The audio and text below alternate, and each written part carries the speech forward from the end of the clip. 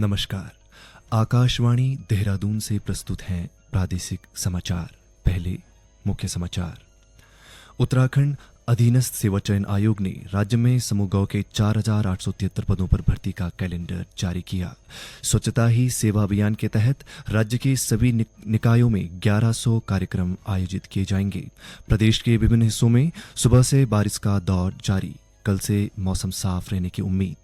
और भारत ने एशियाई हॉकी चैंपियनशिप का खिताब जीता। फाइनल मुकाबले में भारत ने मेजबान चीन को 1-0 से हराया।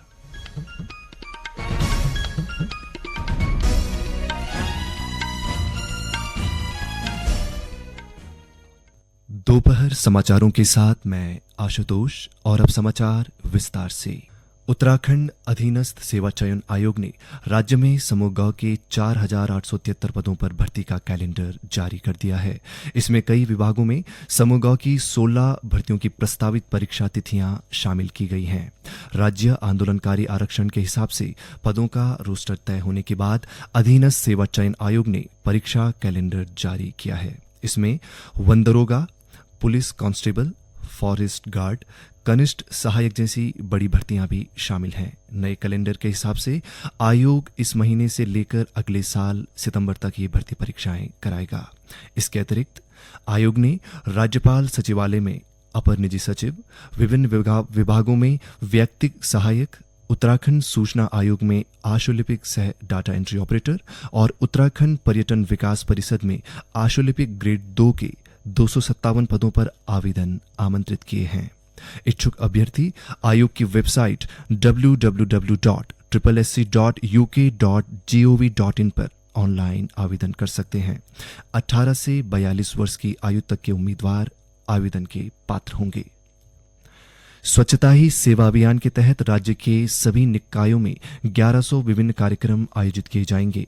शहरी विकास मंत्री डॉक्टर प्रेमचंद अग्रवाल ने बताया कि प्रधानमंत्री नरेंद्र मोदी के जन्म दिवस के अवसर पर शुरू हुए स्वच्छता ही सेवा अभियान का विषय स्वभाव स्वच्छता, संस्कार स्वच्छता है। डॉक्टर अग्रवाल ने बताया कि यह थीम स्वच्छता को दैनिक जीवन और संस्कृति के हिस्से के रूप में अपनाकर संशोधित दृष्टिकोण के साथ व्यवहार परिवर्तन की ओर बढ़ने के परिप्रेक्ष्य में बदलाव का संकेत देती है।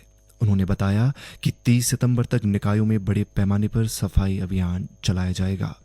आज से 25 सितंबर तक स्कूलों में स्वच्छता संबंधी कला निबंध प्रतियोगिता, नुक्कड़ नाटक आयोजित होंगे। 21 से 29 सितंबर तक निकायों में जन जागरूकता अभियान चलाया जाएगा। 30 सितंबर को निकायों की ओर से पर्यावरण मित्रों के लिए स्वास्थ्य शिविरों का आयोजन किया जाएगा। स्वच्छता ही सेवा अभियान 2 अक्टूबर तक जारी रहेगा। विधानसभा अध्यक्ष ऋतु खंडूड़ी भूषण ने कोटद्वार में सेवा पखवाड़ा के तहत स्वच्छता ही सेवा अभियान की शुरुआत की। इस अवसर पर विधानसभा अध्यक्ष ने नागरिकों से स्वच्छता के प्रति जागरूकता बढ़ाने की अपील की और उन्हें अपने क्षेत्रों में स्वच्छता बनाए रखने के लिए कहा। अभियान के तहत स्थानीय नागरिकों ने स्वच्छता सेवा अभियान में भाग लेकर श्रमदान किया। इस दौरान विधानसभा अध्यक्ष ने नगर आयुक्त को सड़क और नालियों पर कचरा डालने वाले दुकानदारों और नागरिकों के खिलाफ सख्त कार्रवाई करने के निर्देश भी दिए। सूचना और प्रसारण मंत्रालय ने एक पेड़ मां के नाम अभियान के अंतर्गत अब तक लगभग 7,000 पौधे लगाए हैं। मंत्रालय ने शहरी और ग्रामीण इलाकों के अपने क्षेत्रीय कार्यालयों के सहयोग से वृक्षारोपण किया है।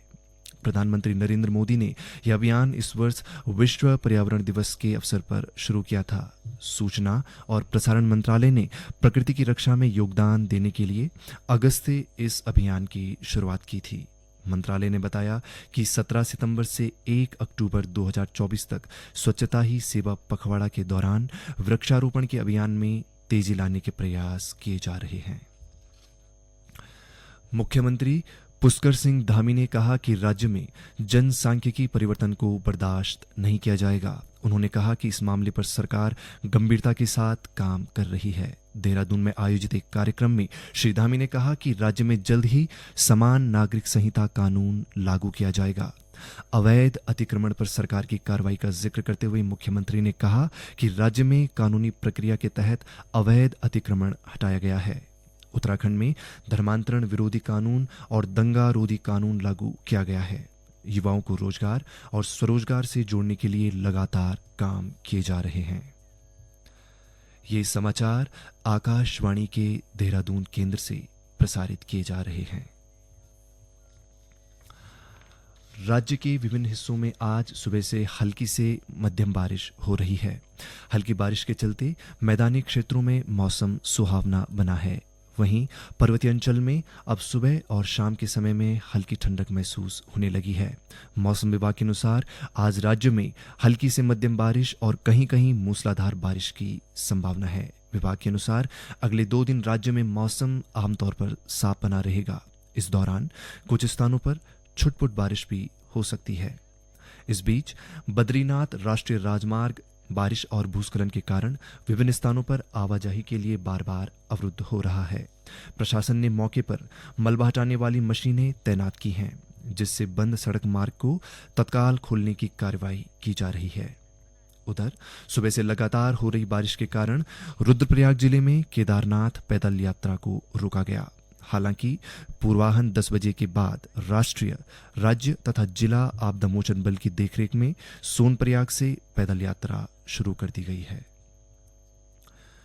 चंपावत के जिलाधिकारी नवनीत पांडे ने जिले के आपदा प्रभावित क्षेत्रों का भ्रमण कर नुकसान की जानकारी ली।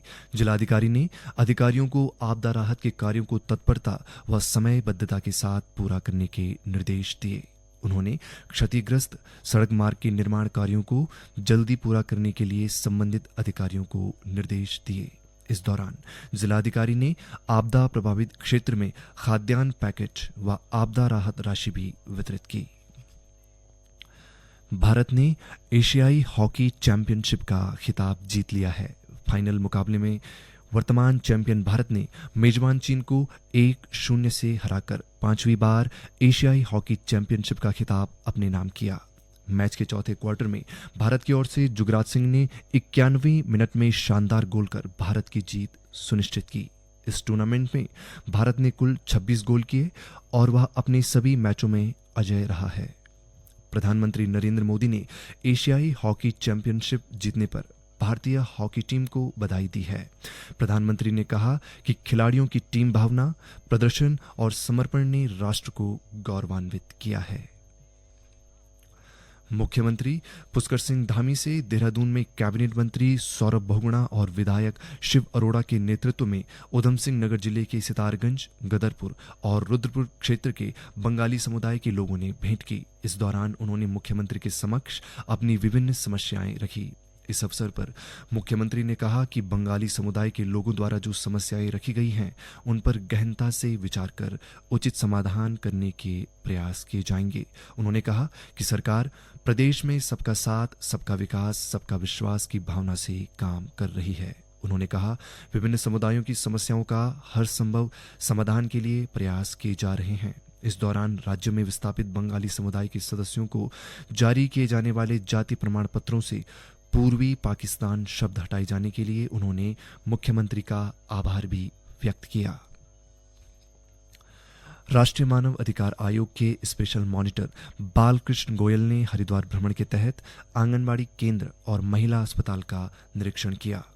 स्पेशल मॉनिटर ने आंगनबाड़ी केंद्र सराय 3 बहादुराबाद में बच्चों को दी जाने वाली पोषण पैकेज का निरीक्षण किया, जिस दौरान रिकॉर्ड रजिस्टर में आंकड़े दुरुस्त नहीं पाए गए। इस पर नाराजगी जताते हुए श्री गोयल ने पोषण पैकेज सहित सारे रिकॉर्ड और डेटा को जल्द दुरुस्त करने के निर्देश दिए।